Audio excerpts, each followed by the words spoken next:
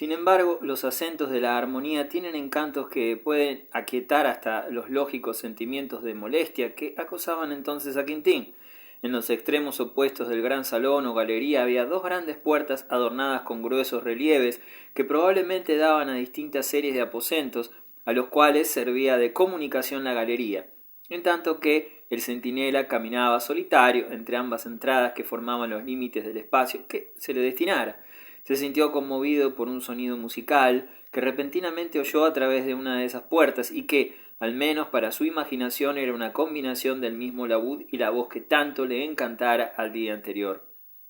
Revivieron en su imaginación todos los sueños de aquella mañana tan olvidados como consecuencia de las agitadas circunstancias que desde entonces se sucedieron y, situado en el lugar en que su oído percibía más fácilmente aquellos sones, Quintín, con el arcabuz al hombro, la boca entreabierta y oídos, ojos y alma pendientes de la música, parecía más que una persona la estatua de un centinela, sin otra idea que la de captar, de ser posible, cada una de las notas de aquella dulce melodía.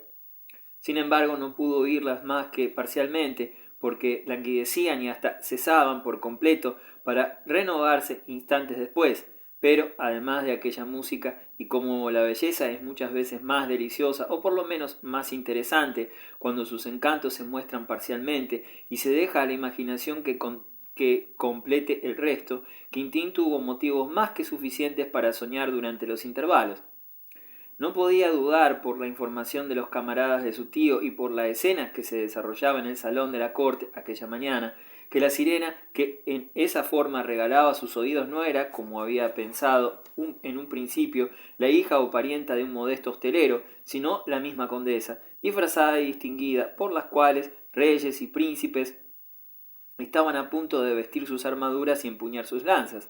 Mil sueños locos, como los que la juventud alienta en su edad romántica y aventurera, borraron de sus ojos los malos presentimientos de la escena actual y cambiaron sus propias ilusiones cuando repentina y bruscamente éstas fueron disipadas por una pesada mano que cayó sobre su arma y una voz áspera que exclamaba junto a su oído: «¿Qué? Pardiez, señor escudero, creo que hacéis la guardia durmiendo». Aquella voz era la monótona pero impresionante e irónica de maese Pedro, y Quintín, repentinamente vuelto en sí, notó con vergüenza y temor que en su sueño había permitido que el mismo Luis XI, entrando probablemente por la misma puerta secreta y deslizándose a lo largo de la pared por detrás de los tapizados, se le acercara tanto que hasta hubiera podido desarmarlo.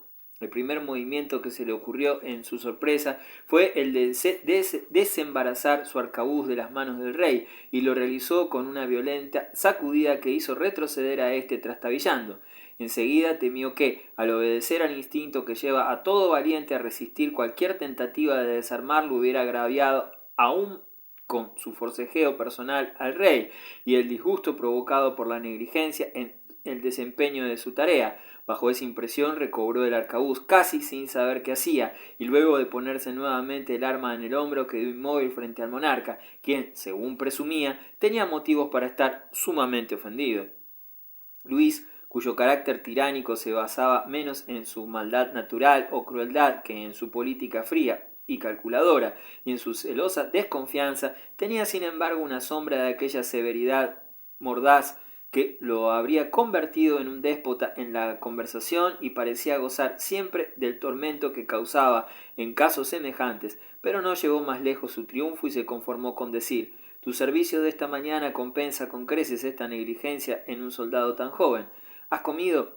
Quintín, que hubiera esperado ser enviado al preboste antes que recibir semejante cumplimiento, repuso humildemente con una negativa. «Pobre mozo», expresó Luis en un tono más suave que el usual en él, «el hambre te ha provocado sueño. Sé que tu apetito es un lobo y te salvaré de esa bestia salvaje como me salvaste tú de otra. También has sido prudente en ese asunto y te lo agradezco. ¿No podrías pasar otra hora sin comer?» «24, señor. De lo contrario no sería un verdadero escocés. No quisiera ni por otro reino ser la pasta que tú atacaras después de semejante ayuno, pero la cuestión estriba no en tu comida, sino en la mía. Hoy recibo en mi mesa estrictamente en privado al cardenal de la Belle y a ese borgoñón, ese conde de Crevecoeur, y podría suceder El diablo está más activo cuando los enemigos se reúnen bajo la fe de una tregua. Se detuvo y quedó silencioso con aspecto sombrío y pensativo. Como el rey no demostrara apuro por continuar, Quintín osó finalmente preguntar cuál sería su obligación en tales circunstancias. Quedar de guardia detrás del armario con tu arma cargada, y si hubiese alguna traición, matar de un tiro al traidor. ¿Traición, señor? ¿Y en este castillo tan vigilado? ¿Lo crees imposible? Repuso el rey, al parecer sin sentirse ofendido por su franqueza, pero nuestra historia demuestra que la traición puede filtrarse por el agujero de un barreno. La traición evitada con guardias. Ah, insensato. Quis custodiat ipsos custodes. ¿Quién me asegurará contra la traición de esos mismos guardias? Su honor escocés, repuso osadamente Durbar. Es verdad, esa respuesta me agrada, dijo el rey cariñosamente. El honor escocés no se ha desmentido jamás, y por eso deposito en él toda mi confianza. Pero la traición. Aquí volvió a su anterior gesto sombrío y atravesó el salón con pasos desiguales. La traición se sienta en mis fiestas, fermenta en mis copas, lleva las barbas de mis consejeros, la sonrisa de mis cortesanos, la risa loca de mis bufones y por encima de todo permanece escondida bajo el aire amistoso de un enemigo reconciliado. Luis de Orleans confió en Juan de Borgoña y fue asesinado en la calle Barbet. Juan de Borgoña confió en el partido de Orleans y fue asesinado en el puente de Montereau. Yo no confiaré en nadie. Tenlo presente. Yo no quitaré el ojo a ese insolente conde, ni al eclesiástico, que según creo no me es demasiado fiel.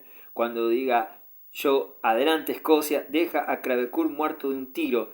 Es mi deber, si está en peligro la vida de vuestra majestad, repuso Quintín. Por cierto, y no quiero otra cosa, ¿qué podría sacar yo del asesinato de este insolente soldado? Si fuera el condestable de San Paul.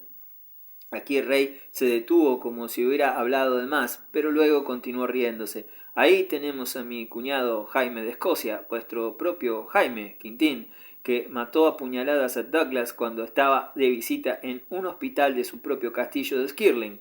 De Stirling, rectificó Quintín, y si vuestra majestad no se ofende, me permito observar que poco de bueno salió de ese hecho. ¿Llamáis Stirling al castillo? Preguntó el rey, pasando por alto las últimas palabras de Quintín. Bien, que sea Stirling. El nombre no tiene importancia. No pienso dañar para nada a esos hombres, a ninguno de ellos. De nada me serviría, pero tal vez ellos tengan proyectos menos inocentes con respecto a mí. Confío en tu arcabuz. Estaré atento a la señal, pero, sin embargo, vacilas. Habla, te doy carta blanca. De hombres como tú pueden salir consejos útiles. Solo me atrevería a decir que si vuestra majestad tiene motivos para desconfiar de ese borgoñón, me extraña que permita que se le aproxime, y menos a solas. Calma, señor escudero. Hay ciertos peligros que desaparecen cuando se los arrostra, y en cambio se hacen ciertos e inevitables si se les demuestra temor. Cuando me acerco decididamente a un perro furioso y lo acaricio, hay 10 probabilidades contra una de que se apacigüe. En cambio, si le demuestro miedo, se me echará encima y me despedazará. Seré franco contigo. Me interesa sobremanera que este hombre no regrese resentido al lado de su amo, y en consecuencia debo correr mis riesgos. Nunca he vacilado en exponer mi vida por el bien de mi reino. Sígueme. Luis guió a su joven guardia, al que parecía haber cobrado simpatía especial, por la puerta lateral que le franqueara anteriormente el paso, al mismo tiempo que le decía quien quiera adelantar en la corte debe conocer los pasos ocultos y las escaleras secretas, y aun los lazos y trampas de los palacios reales, lo mismo que sus entradas, puertas y salones principales. Después de varias vueltas, el rey entró en una salita abovedada, donde había sido dispuesta una mesa con 3 cubiertos. Todo el moblaje y los adornos de la habitación eran sumamente sencillos, casi mezquinos. Un aparador movible contenía algunas pocas piezas de oro y plata, únicos artículos que podían hasta cierto punto tener aspecto de reales. Detrás de ese aparador y oculto completamente por él estaba el puesto que Luis asignó a Quintín de Urbar, y después de convencerse desde diferentes sitios de la habitación que resultaba invisible, le hizo la última recomendación.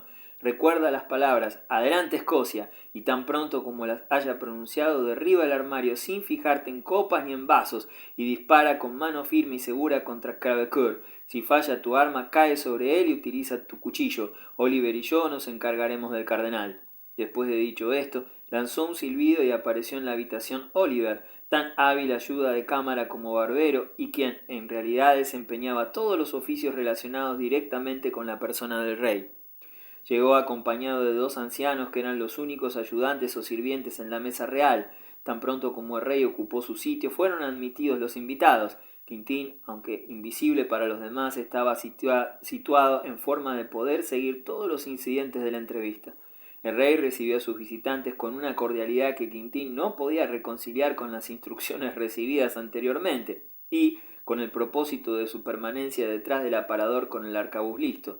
No se parecía a Luis, libre en absoluto de aprensiones de cualquier naturaleza, sino que si hubiera supuesto que esos visitantes a quienes hacía el honor de admitir a su mesa eran personas en quienes confiaba casi ilimitadamente y a las cuales deseaba honrar. Nada podía ser más digno y al mismo tiempo más cortés que su conducta, aunque todo cuanto le rodeaba, incluso sus propias ropas, estaba muy lejos de tener el esplendor que los príncipes de su reino ostentaban en sus festejos. Sus modales y palabras eran las de un poderoso soberano en un momento de esparcimiento. Quintín estuvo tentado de pensar que o toda su conversación anterior con Luis había sido un sueño, o el respetuoso tono del cardenal y las maneras francas, abiertas del noble borgoñón habían eliminado por completo las sospechas del rey. Pero mientras sus huéspedes, obedeciendo a una indicación del rey, se disponían a ocupar sus lugares en la mesa, su majestad les dirigió una mirada aguda y luego fijó la vista en el sitio de Quintín. Esto le llevó un instante, pero la mirada encerraba tanta duda y odio hacia sus huéspedes, un pedido tan perentorio a Quintín para que estuviese atento en su vigilancia y rápido en su decisión, que no quedó a este lugar a dudas de que los sentimientos de Luis continuaban sin variación y sus pasiones eran las mismas de antes. Por eso mismo le resultaba más sorprendente aún el velo con el cual el monarca podía ocultar sus desconfianzas. Demostrando haber olvidado completamente las palabras que le dirigiera Crevecoeur delante de sus cortesanos, el rey conversó con él de épocas pasadas, de acontecimientos producidos durante su propio destierro en los territorios de Borgoña, y le hizo preguntas con respecto a todos los nobles que entonces conociera, como si en realidad ese período hubiera sido el más feliz de su vida, y recordase a aquellos que habían contribuido a suavizar sus horas de expatriación con los mejores sentimientos de bondad y gratitud.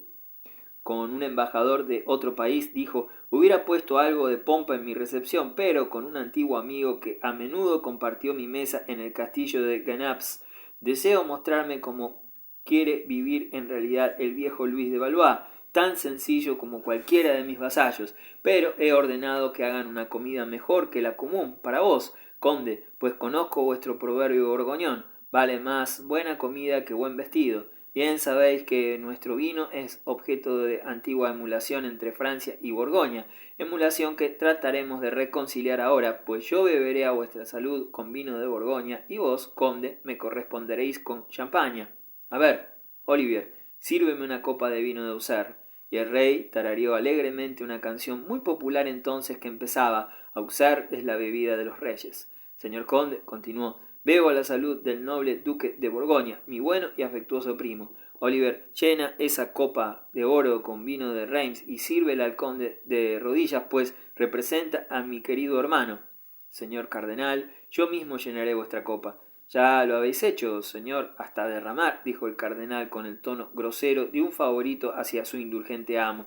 Lo hago porque sé que vuestra eminencia puede llevarla a la boca con mano firme, pero ¿de qué lado de la gran controversia os ponéis? ¿Con Sillery o con Auxerre? ¿Con Francia o con Borgoña? Permaneceré neutral, señor, y llenaré mi copa con vino de Auvernia. Un neutral tiene una posición peligrosa que defender, observó el rey, pero al ver que los colores subían a la cara del cardenal, cambió el giro de la conversación y añadió: claro que preferís el de Auvernia, porque es un vino tan noble que no admite el agua, pero vos, conde, vaciláis en vaciar el vaso. Espero que no hayáis encontrado en el fondo ningún resquemor nacional.